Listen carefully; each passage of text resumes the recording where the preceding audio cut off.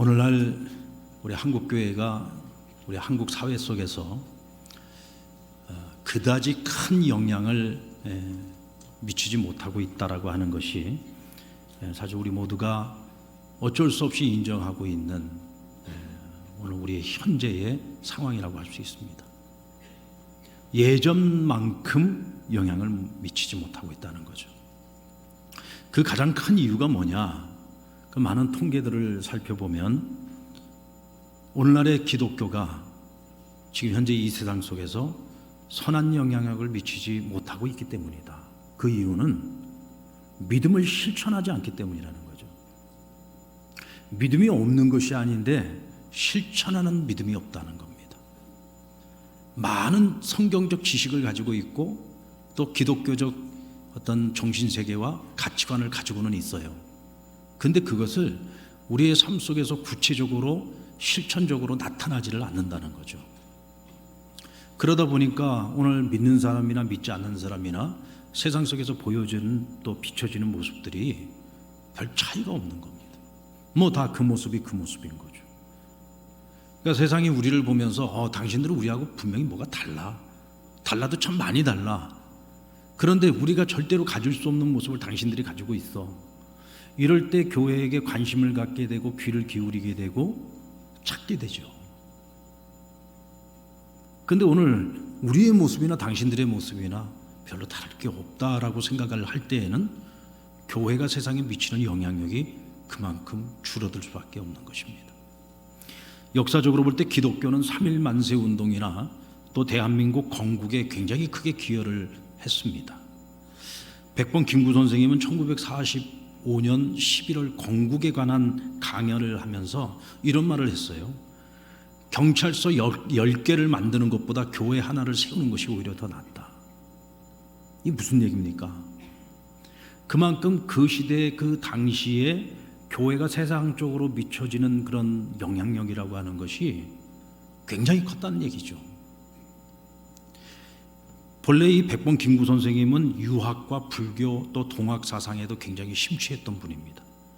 그런데 그가 기독교 정신에 기반한 나라를 세워야지 된다라고 이렇게 역설을 한 것을 생각을 해보면 이 그만큼 당시 교회는 세상 속에서 굉장히 중요한 역할을 하고 있었고 또 당시에 우리 사회에 어떤 개인이나 가정이나 또 국가의 어떤 정신세계를 만들어 나가는데 굉장히 큰 역할을 하고 있었다는 거예요.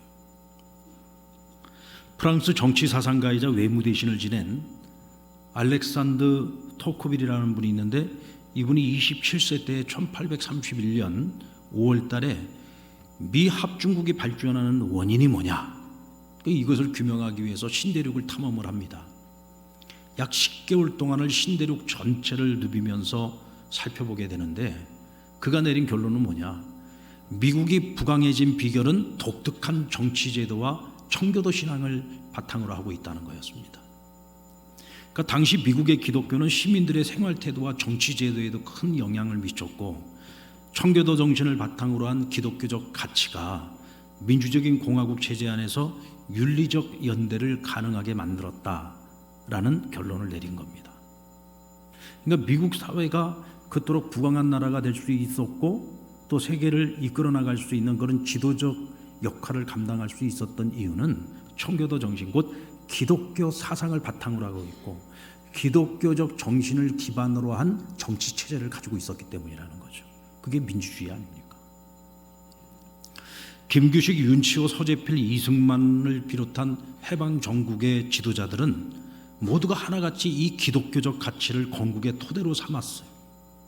이것도 같은 이유에서일 것입니다. 그만큼 기독교 신앙은 사람들의 마음과 정신 또 삶의 태도에 직접적으로 영향을 미쳐서 사회를 개혁시킬 수 있었고 변화하도록 만드는 능력을 가지고 있었다는 거죠. 자, 그런데 여기 한 가지 단서가 있습니다. 믿음을 실천해야 된다는 거예요. 먼저 믿는 사람들이, 기독교인들이 우리가 각자 살아가는 삶 속에서 아주 구체적으로 하나님의 말씀을 실천해야 된다. 신앙적 가치관을 실천해야지 된다는 거예요. 이거를 토대로 하지 않는 기독교 신앙은 추상적인 종교로 전락할 수밖에 없습니다. 그러니까 오늘날 우리 한국 기독교가 이 사회 속에서 선한 영향을 미치지 못한다는 얘기는 무슨 얘기냐면 오늘날의 기독교가 점점 추상적 종교로 전락하고 있다는 거예요. 실천하지 않는다는 거죠. 과거에 여러분 이 구한말 시대에 우리 기독교 복음이 들어오지 않았습니까? 선교사들을 통해서 복음이 들어오고 이 복음을 통해서 믿는 자들이 생기고 교회가 생기는데 사람들이 눈으로 보는 거예요. 뭘 보느냐? 우리 동네에 살고 있는 아무개. 이 아무개는 늘 손가락질 받던 사람이었습니다. 투전에 맨날 알코올 중독에 술만 먹고 나면 맨날 자식들 두들겨 패고 마누라 두들겨 패고 온 집안을 때려 부시고 이건 사람이 안 될 거라고 생각했던 사람이에요. 그런데 오늘날 이 사람이 예수를 믿고 교회를 나가기 시작했어요. 그런데 사람이 변화되는 거예요. 아무도 이 사람은 인간 안 될 거라고 생각을 했는데 이 사람이 인간이 되는 겁니다. 교회를 나가면 또 사람이 되더니 집안이 바뀌기 시작해요. 맨날 먹을 곳이 없어서 구걸하고 다녀야 됐던 그런 집안이 이제는 그 동네에서도 제일 잘 사는 집으로 변화됩니다. 남들이 다 부러워할 만한 가정과 가문으로 바뀌어가는 거예요. 그걸 사람들이 자기들 눈으로 보는 겁니다. 변화를 보는 거죠. 그럼 대체 무엇이 저 사람을 저렇게 바뀌었고 저 사람 저런 가정을 저렇게 바꾸어 놓았는가? 그게 저 집이 교회 다니고서부터 저렇게 변화됐다. 이걸 동네 사람들이 다 보게 되니까 영향을 받기 시작하는 거죠. 그러면서 교회에 관심을 갖게 되고 믿는 자들이 점점 늘어나게 되고 이게 여러분 한국교회 부흥의 원동력이었습니다. 이게 우리가 열심히 모여서 기도만 열심히 한다고 해서 그렇게 믿는 자들의 수가 늘어났을까요? 그게 아니에요. 우리의 변화가 사회 개혁을 일으켰기 때문에 가능했다는 얘기죠. 자, 오늘 이와 같은 이 기독교가 사회에 미치는 이런 영향력을 생각할 때 오늘 바울은 우리 그리스도인들을 향해서 이렇게 외치고 있습니다. 너희 안에서 너희를 조종하고 지배하는 죄와 싸우라는 겁니다. 너희가 죄와 싸워야 된다. 싸우지 않으면 죄가 너희를 엄습해서 죄가 너희를 옴짝달짝 못하게 만들고 죄가 너희를 종노릇하게 만들 것이다. 그러므로 너희는 이제부터 죄와 싸워야 된다. 자, 우리 12절 말씀을 같이 한번 읽어볼까요? 시작. 그러므로 너희는 죄가 너희 죽을 몸을 지배하지 못하게 하여 몸의 사욕에 순종하지 말고. 자, 여러분 그리스도인이라는 존재는 어떤 존재입니까? 그리스도인이란 죄에게 종노릇하던 나의 옛사람이 그리스도와 함께 십자가에 못 박혀 죽었어요. 우리의 옛사람, 죄에게 종노릇하던 우리의 옛사람은 십자가에서 죽은 겁니다. 그러면 지금 오늘 우리가 살아가고 있는 이 생명은 무슨 생명이냐? 그리스도 안에서 하나님께서 우리를 다시 살리셨어요. 그래서 우리에게 새 생명을 주신 것입니다. 할렐루야. 새 생명을 받아서 살아요. 우리가 어머니의 뱃속에서 처음 태어났던 그 생명이 아니에요. 우리는 이제 그리스도 안에서 주님과 함께 십자가에 못 박혀 우리의 옛사람, 죄에게 종노릇하던 자는 죽었습니다. 이제 우리는 그리스도 안에서 다시 태어난 거예요. 거듭난 겁니다. 새 생명을 가지고서 살아가는 것이죠. 우리 이제 죄로부터 해방을 얻었어요. 할렐루야. 주인이 바뀐 겁니다. 예전은 죄에게 우리가 종노로 됐기 때문에 죄가 우리의 주인 노릇을 했어요. 그러나 그랬던 예전에 나는 죽었으니까 이제 우리의 주인이 그리스도로 바뀐 겁니다. 그래서 그리스도께서 우리를 다스리시는 거예요. 그리스도가 우리의 주인이 되신 겁니다. 그러니까 우리의 살아가는 삶의 방식이 바뀌어야 되는 거죠. 예전에는 우리가 죄의 방식을 따라서 살았다면 이제는 그리스도의 방식을 따라서 살아가야 되는 것입니다. 그런데 오늘 저와 여러분에게 문제가 있어요. 어떤 문제냐? 너무 오랫동안 우리가 이 죄의 종로로 살았었던 사람들이라 아직도 여전히 우리 안에는 버리지 못한 죄의 습성들이 너무 많이 남아있다는 거죠. 여러분, 이스라엘 백성들이 애굽에서 출애굽을 하고 광야 40년 동안 모세와 함께 그 그 기나긴 여정의 길을 걸어갈 때 그들이 보여주었던 모습은 하나님을 기쁘시게 하는 모습이 아니죠. 다 죄에게 종로로 타는 모습 아니었습니까? 불평과 원망으로 가득하고, 날마다 하나님께서 어떻게 애굽에서 이끌어내셨는데 맨날 애굽을 그리워했잖아요. 야, 우리가 애굽에 있을 때는 그래도 고기도 잘 먹고 살았는데, 이 광야에 와가지고 하나님 맨날 좀 만나만 먹이시니 우리도 고기가 먹고 싶다. 아니, 만나, 이 광야 먹을 곳이 없는 이 땅에서 만나로 매일같이 배불리 먹여주셨으면 감사할 줄 알아야지. 고기가 먹고 싶다고 애굽을 그리워하고 애굽으로 돌아가자는 겁니다. 이게 여러분 말이 됩니까? 왜 출애굽한 이스라엘 백성들은 광야 40년 동안 이런 모습에서 벗어나지 못했을까요? 그들 안에는 430년 동안 종살이하면서 노예 생활을 하면서 아주 그냥 노예 근성이 뼛속 깊이 자리 잡고 있었던 거예요. 여러분, 노예 근성이 뭐예요? 노예들은요, 자발성이라는 것이 없습니다. 왜냐하면 노예는 시키는 것만 하는 사람들이잖아요. 철저하게 수동적이죠. 어떤 일을 하도록 기쁨으로 즐거움으로 하는 법이 없어요. 그냥 마지못해서 하는 것이고 억지로 하는 것입니다. 그러니까 항상 불평과 불만으로 가득한 거예요. 하나님께서 그들을 애굽에서 해방을 시켰는데 다시 그들에게 노예 생활을 하겠다고 다시 돌아가자는 겁니다. 이게 여러분 노예 근성이에요. 오늘 저와 여러분에게도 그런 죄의 종로로 타던 그 시절에 이 죄의 노예의 모습, 이 노예의 이 습관이 우리 안에 여전히 남아있는 거죠. 이것을 노예 근성이라고 하지 않습니까? 바울은 말합니다. 죄가 너희 죽을 몸을 지배하지 못하게 하라. 더 이상 죄가 우리를 지배하면 안 되죠. 왜? 우리 주인이 바뀌었는데. 근데 오늘 현재 우리의 모습은 어떻습니까? 여러분들 날마다 죄를 이기고 있습니까? 날마다 죄에게 또 무릎을 꿇고 또 무릎을 꿇고, 그래서 주일마다 와서 회개하잖아요. 한 주간 동안 지은 죄를 또 회개하고 또 회개하고.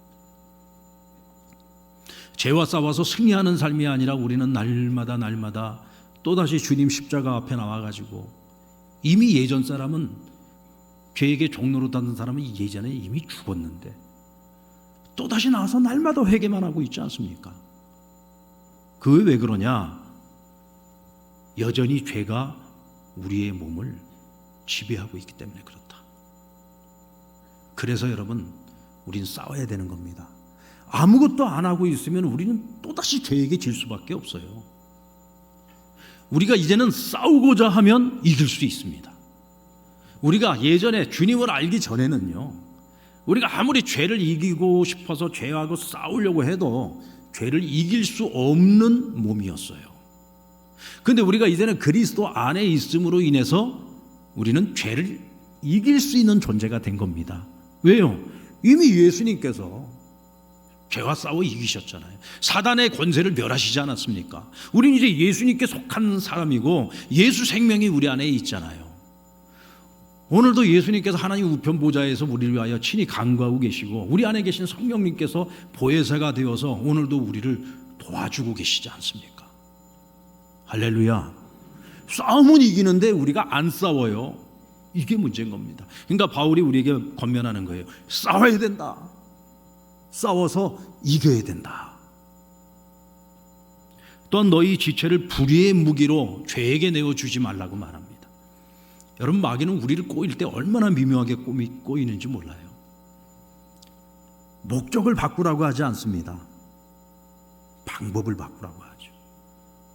학생이 내가 이제부터 마음 먹고 공부 열심히 해야 되겠다 마음을 딱 먹었어요. 그때 죄가 이렇게 유혹을 합니다. 야, 그래, 학생이니까 공부 열심히 해야지. 그런데 너 오늘 마지막이다 생각하고 오늘 실컷 놀고 내일부터 시작해. 여러분, 공부하려면 오늘부터 해야 돼요? 내일부터 해야 돼요? 오늘부터 해야죠. 오늘 실컷 놀고 내일부터 어떻게 다시 시작을 합니까, 공부를? 항상 사단은 이런 식입니다. 죄는 항상 이런 식으로 우리를 유혹을 하는 거죠. 마음 먹었을 때 시작을 해야 되는데, 야, 내일부터 해. 오늘 우리가 예배를 드리면서 말씀 가운데 그래 내가 그런 삶을 살아야지 하고 마음을 딱 먹는데 또 내 안에서 이런 소리가 들립니다. 내일부터 하자. 내일부터. 오늘은 우리 예배 끝나고 놀러 가야 되잖아. 우리 오늘 해야 될 거 많잖아. 오늘 내가 죄 지어야 될 일이 많잖아. 그러니까 오늘 실컷 죄 짓고 내일부터 시작하자.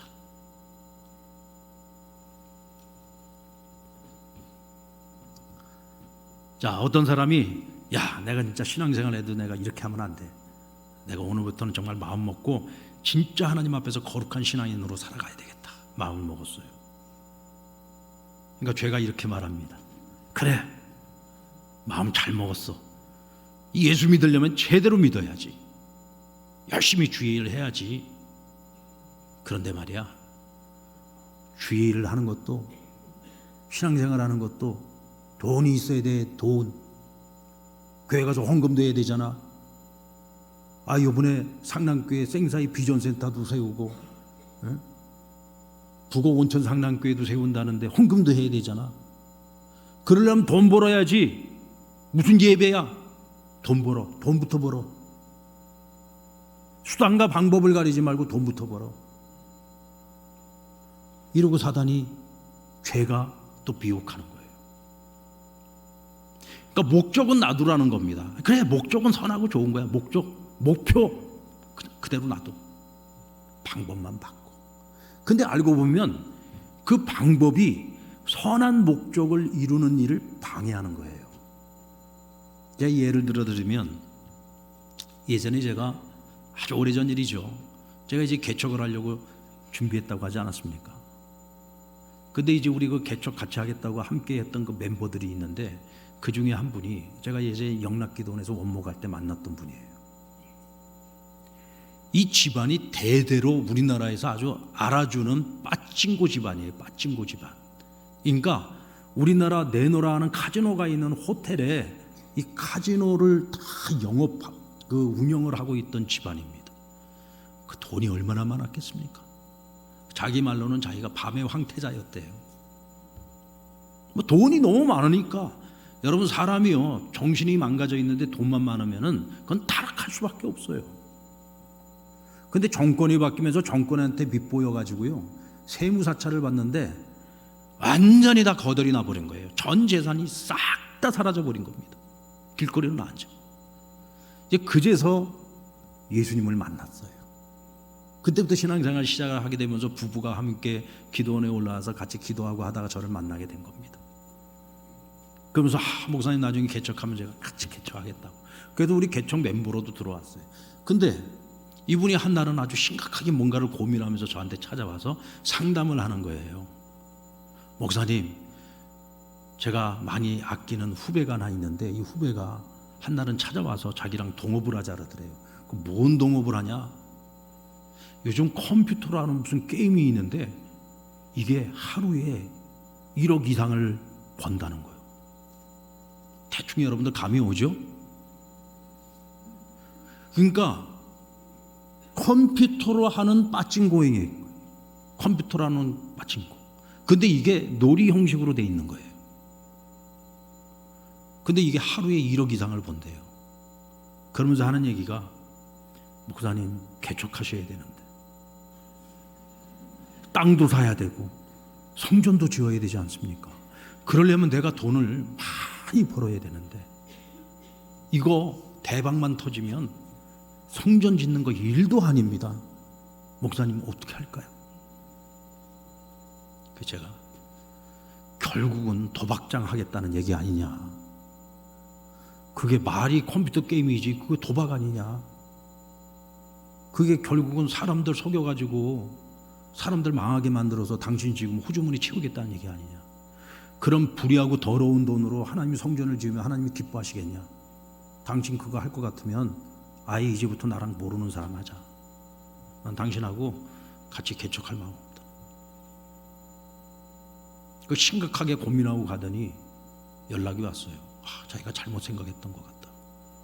접겠다고. 그리고 얼마 안 있다가 여러분들이 잘 아는 바다 이야기가 터진 겁니다. 여러분들 기억나시죠? 바다 이야기. 나이가 아직 좀 젊으신 분들은 잘 모르나? 이 바다 이야기라고 하는 게 이게 말하자면 컴퓨터로 해가지고 이게 빠진 거거든요. 똑같은 거예요. 그거 통해서 얼마나 많은 사람들이 어려움을 당하고 결국은 그거 했던 사람들 전부 쇠고랑 차지 않았습니까? 이분도 쇠고랑 찰 뻔했어요. 여러분들, 마귀는 항상 이런 식이에요. 아주 그럴듯한 방법으로 포장을 해서 하나님의 선한 일을 더럽히려고 합니다. 우리의 몸과 마음과 정신을 불의와 타협하게 만들어서 우리의 지체를 불의의 무기로 바치게 만드는 거예요. 우린 절대로 이와 같은 속셈에 넘어가서는 안 되죠. 오늘날 기독교인들이 불법을 저지르고 불의와 타협하면서 세상을 어지럽히는 경우들이 많이 있습니다. 이런 사람들 때문에 이제 내가 정말 한번 신앙생활을 해봐야 되겠다 마음 먹는 초신자들이 실족하지 않습니까? 교회는 뭔가 다를 거라고 생각하고 왔는데 예수 믿는 사람들이 똑같이 불법 저지르고 똑같이 사람들 갖다 피해를 주고 그런 모습 보면서 실족하지 않겠습니까? 실망하죠. 우리가 불의의 무기가 되면 그 순간부터 우리는 마귀의 종노릇을 하는 겁니다. 그러므로 우리가 적극적으로 해야 될 일이 있는데 그것은 너희의 지체를 의의 무기로 하나님께 드리라는 것입니다. 불의의 무기로 드리지 말고 의의 무기로 하나님께 너희를 드리라고 말씀합니다. 여기서 드리라는 이야기는 하나님께 바치라는 거죠. 헌신하라는 겁니다. 너희의 삶을, 너희의 시간을, 너희의 건강을, 너희의 물질을, 너희의 모든 것을 주를 위하여 바치라. 헌신하라. 죽은 자 가운데서 다시 산 자와 같이 너희를 드리라 그랬는데 여기서 죽은 자 가운데서 다시 산 자라고 하는 것은 대체 무슨 의미인가요? 자, 우리가 그리스도 안에서 우리의 옛사람이 이미 죽었다고 했어요. 우리가 지금 가지고 살아가는 생명은 새 생명이에요. 예수 생명을 가지고 우리에게 주어진 남은 시간을 우리가 살아가는 거죠. 그래서 우리는 이 시간을 주 안에서 주어진 덤으로 살아가는 시간이라고 이야기를 합니다. 덤으로 살아가는 생명이라고 이야기를 하죠. 여러분, 나는 지금 덤으로 살아가는 시간을 살고 있고 생명을 가지고 살고 있는데 더 이상 내가 나를 주장할 것이 뭐가 있어요? 내가 나를 위해서 부릴 욕심이 뭐가 있습니까? 어쩌면 나는 어저께 죽어야지 될 사람인데 오늘 이 하루라고 하는 이 시간을 내가 덤으로 얻어서 살아가는 거예요. 그런데 이전하고 똑같이 살아갈 겁니까? 덤으로 살아가는 나에게 주어진 이 하루는 어제와는 다르게 살아가야 되잖아요. 죄에게 종로로 됐던 그 모습과는 정말 완전 차별화된 삶을 살아가야 되는 것 아닙니까? 방향이 완전히 바뀌어야지 되는 거예요. 과거에는 죄를 즐겼다면 이제는 하나님의 선한 일들을 즐겨야 되는 거죠. 과거에는 죄에게 눌려서 살았다면 이제는 하나님의 그리스도의 다스리심을 받으면서 살아가야 되는 거죠. 예전은 세상의 즐거움을 추구했다면 이제는 하나님 앞에서 살아가는 즐거움이 우리에게 있어야 되는 거예요. 덤으로 살아가는 인생은 더 값지게 살아가야 되는 겁니다. 여러분, 죽을 병에 걸려서 오늘 내일 죽을 생명이었습니다. 그런데 정말 기적적으로 내가 살게 됐어요. 죽음을 경험했던 사람들은요, 그 이후의 삶이 달라집니다. 이전하고 똑같이 살아갈 수 없는 거예요. 왜? 죽음 앞에 있을 때 살아온 인생을 후회하게 되거든요. 내가 지금까지 잘못 살았어. 내가 예수 믿고도 지금까지 잘못 살아왔어. 나에게 정말 생명이 더 연장되고 나에게 주어지는 시간이 더 있다면 내가 하나님 앞에 서기 전까지 정말 내가 부끄럽지 않은 그리스도인으로 살아야지 하는 이런 마음을 갖게 된단 말이에요. 아닙니까? 나는 안 죽어봐서 모릅니까? 그게 여러분 꼭 죽어봐야만 아느냐고요. 믿음이 뭐예요? 신앙이라는 것이 뭡니까? 우리가 죽어보지 않았어도 알아야 되는 거잖아요. 그게 믿음이잖아요. 달라야 되는 거죠. 그래서 우리의 지체를 이제는 무엇을 위하여? 그리스도를 위하여, 복음을 위하여, 하나님의 영광을 위하여 나를 온전히 드리고 바치는 삶을 살아야 된다. 여러분, 그 사도 바울이 다메섹 도상에서 예수님 만나지 않습니까? 주님 만나고 난 이후에 그는 자신에게 주어진 덤으로 살아가는 남은 그 모든 인생을 주를 위해 바쳤어요. 오직 복음을 위해서 자신의 전생애를 다 바친 겁니다. 오늘날의 교회가 다투고 분쟁하는 일들이 많이 일어나잖아요. 이제 그런 모습이 세상 사람들이 볼 때에는 참 기가 막힌 거죠. 뭐 맨날 사랑을 이야기하는 사람들이 맨날 저렇게 싸우고 분쟁하고 다투고 저래. 그렇지 않습니까? 그 왜 이런 일들이 일어날까요? 교회가 마땅히 해야 하는 본질적 사명이 있는데 이거는 안 해요.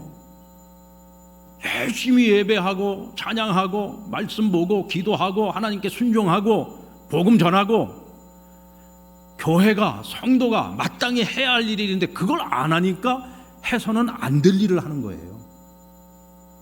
우리 한번 따라볼까요? 마땅히 행할 일을 하지 않으면 해서는 안 될 일을 하게 됩니다. 아멘.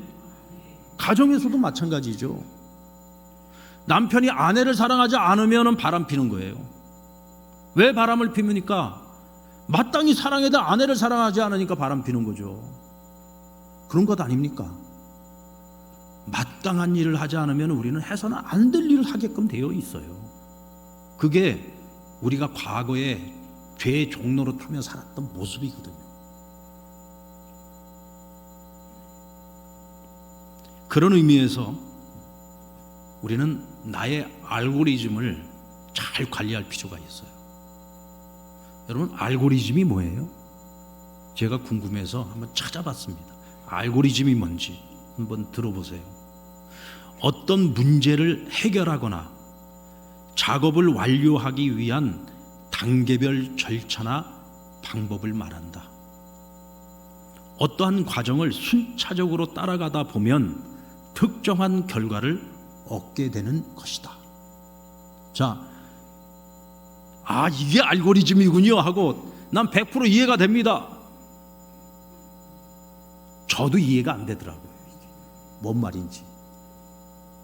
그래서 여러분들에게 제가 친절하게 설명을 드리겠습니다. 요즘 여러분들 제일 많이 보고 사는 게 뭐예요? 뭘 제일 많이 보고 사세요? 뭐 솔직하게 얘기합시다. 뭘 제일 많이 보고 삽니까? 그렇죠. 유튜브 제일 많이 보고 살죠. 유튜브. 이거는 그냥 우리 핸드폰에 늘 가지고 다니는 거잖아요. 내가 보고 싶으면 그냥 한번 터치만 하면 언제든지 볼 수 있는 거잖아요. 시간 보내기 얼마나 좋습니까? 무료하게 보내는 시간들 그냥 유튜브 보고 있으면. 근데 이 유튜브에서 우리가 늘 보는 것이 뭐예요? 내 관심거리죠. 내 생각이죠. 내 안에 있는 욕망입니다. 내가 보고 있는 것들. 그래서 여러분, 이 유튜브는요, 우리가 처음 초기 화면을 딱 쳤을 때 거기에 여러 콘텐츠들이 쫙 나옵니다. 그 중에 내가 골라보는 거잖아요.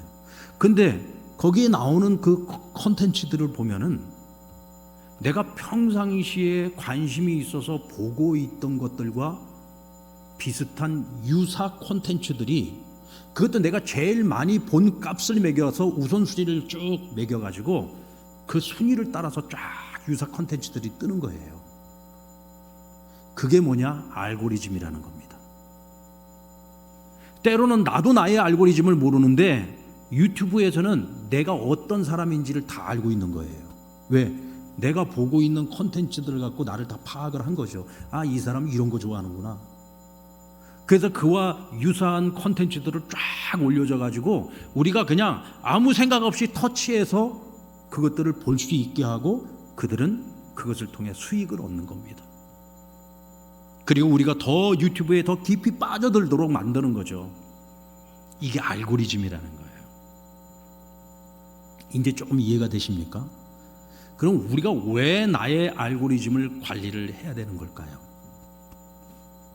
결국 유튜브에 나타나는 그 알고리즘이 누구냐? 바로 우리 자신입니다. 여러분, MBTI라는 것이 있죠. 뭐 예전에는 우리가 사람의 성격을 우리가 분석을 할 때 혈액형이 뭡니까? O형입니다. 다혈질이군요. 뭐 이런 식으로 우리가 구분을 지었어요. 혈액형이 뭡니까? 저 A형입니다. 저는 하나 더해서 AB형입니다. 보통이 아니겠군요. 뭐 이런 식으로. 뭐 예전에 성격 분석 그렇게 했잖아요. 요즘은 MBTI 해보셨습니까? MBTI가 뭘로 나옵니까? 요즘은 아주 좀 더 아주 세부적으로 분석을 해가지고 그 성격과 기질들을 성향을 조사를 해서 알려주잖아요. 근데 여러분, 오늘날 많은 사람들이 자기 MBTI에 대해서 굉장한 착각에 빠져 있다는 거 아십니까? 내가 바라는 나와 진짜 나는 다를 수 있어요. 특히 우리 그리스도인들은 더더욱 그렇습니다. 왜? 우리는 학습을 통해서 우리가 어떤 삶을 살아가야 되는지, 어떤 생각을 하고 살아가야 되는지, 어떤 가치관을 가지고 살아가야 되는지, 어떤 성격을, 어떤 성품을 갖고 살아가야 되는지를 알아요. 학습을 통해서. 우리가 다 같이 추구하고 있는 것이 뭐예요? 그리스도의 성품을 닮아가는 거 아닙니까? 근데 진짜 나는 그렇지 않거든요. 그런데 질문에 나와 있는 질문지를 보면은 내가 기입하는 그 표시들이 진짜 나의 모습을 표시하는 것이 아니라 내가 바라는 나에다가 표시를 하는 경우가 많아요. 그래서 때로는 MBTI가 내가 바라는 나를 이야기해 주는 경우가 많습니다. 근데 그것도 괜찮습니다. 진짜 나와 내가 바라는 나가 다를 때 내가 바라는 나를 향해서 열심히 나아가면 그러면 내 삶이 변화될 수 있겠죠. 근데 여러분, 무서운 것은 이 유튜브에서 우리에게 보여주는 알고리즘이라고 하는 거는요, 굉장히 정직하다는 겁니다. 왜냐하면 이것은 우리의 지성과 우리의 이성, 우리가 어떤 의식적으로 이걸 찾아 들어간다기보다도 무의식적으로 터치를 하기 때문에 그래요. 이미 내가 봤던 많은 정보를 가지고서 우리에게 그런 콘텐츠들을 딱 보여주면서 터치할 수밖에 없도록 만들거든요. 그러다 보니까 나의 알고리즘은 점점 더 고착화돼 가는 거예요. 그리고 나라는 사람의 생각과 관심과 내 안에 있는 욕망이라고 하는 것이 점점 더 그렇게 고착화되어져 가는 겁니다. 그래서 이거는 반드시 관리가 필요하다는 거죠. 근데 여러분, 요즘은요, 뭐 내가 내 알고리즘을 내가 점검하고 분석할 필요도 없어. 왜? 유튜브가 다 보여주니까. 이게 지금 현재의 나거든요. 그럼 이걸 가지고서 내가 관리를 해야죠. 어떤 알고리즘을 가지고 내가 살아갈 것인가? 그것을 내가 의지를 가지고 의도적으로 이제는 만들어 가야 하는 것입니다. 여러분들, 모세와 이스라엘 백성들의 가장 큰 차이가 뭐였을까요? 바라는 것이 달랐어요. 모세는 늘 하나님을 바라보며 살아갑니다. 그래서 성경은 모세는 하나님과 대면하는 자라고 했어요. 늘 하나님과 대면하고 하나님을 찾는 사람이었죠. 하나님의 뜻이 무엇인지를 분별하려고 하는 사람이었습니다. 한마디로 말하면 하나님 바라기였던 거죠. 이 이스라엘 백성들은 어땠어요? 그들은 늘 세상 바라기입니다. 무엇을 먹을까?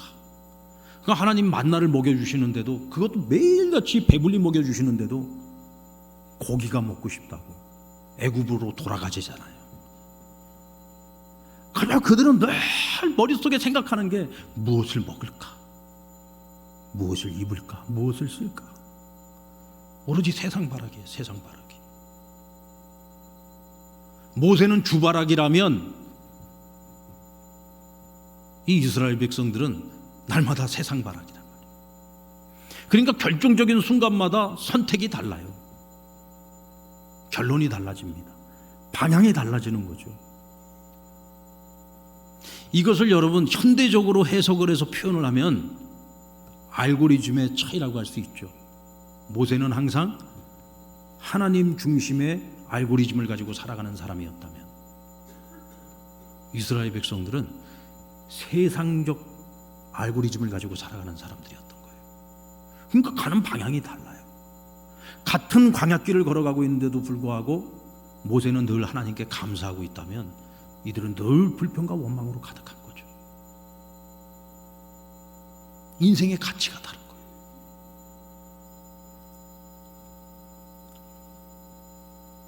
14절 말씀을 같이 한번 읽어보겠습니다. 시작. 죄가 너희를 주장하지 못하리니 이는 너희가 법 아래 있지 아니하고 은혜 아래 있음이라. 여러분, 오늘 저와 여러분은 이제 더 이상 죄 아래 있는 존재가 아닙니다.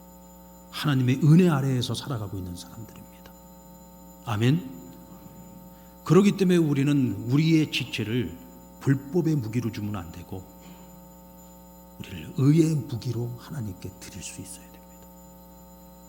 우리의 알고리즘을 잘 관리해서 세상 바라기의 알고리즘이 아니라 날마다 하나님을 바라고 하나님을 찬양하고 하나님을 기뻐하고 하나님 앞에서 우리 인생의 답을 찾아가며 언제나 하나님과 동행하는 주바라기 알고리즘을 가지고서 살아가야 되는 거예요.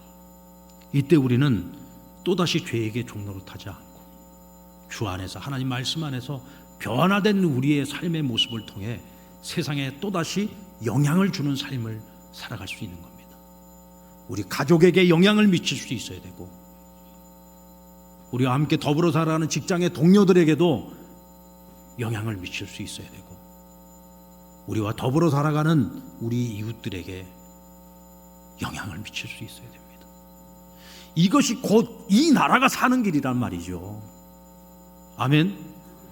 우리가 6.25 전쟁 때에는 공산 정권과 싸웠었다면 지금 오늘날의 우리 대한민국은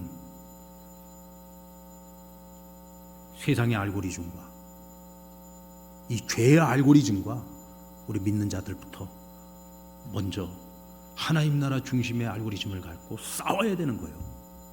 이겨야 되는 겁니다. 그래서 변화된 우리를 통해서 이 나라 이 민족을 변화시켜야죠. 마치 우리나라가 건국 시기에 기독교 정신과 기독교 가치관을 가지고서 그 토대 위에 이 나라를 세워서 오늘에 이르기까지 이 나라가 하나님의 은혜와 축복을 누렸던 것처럼 이 땅의 교회가 무너지면 이 나라도 무너집니다.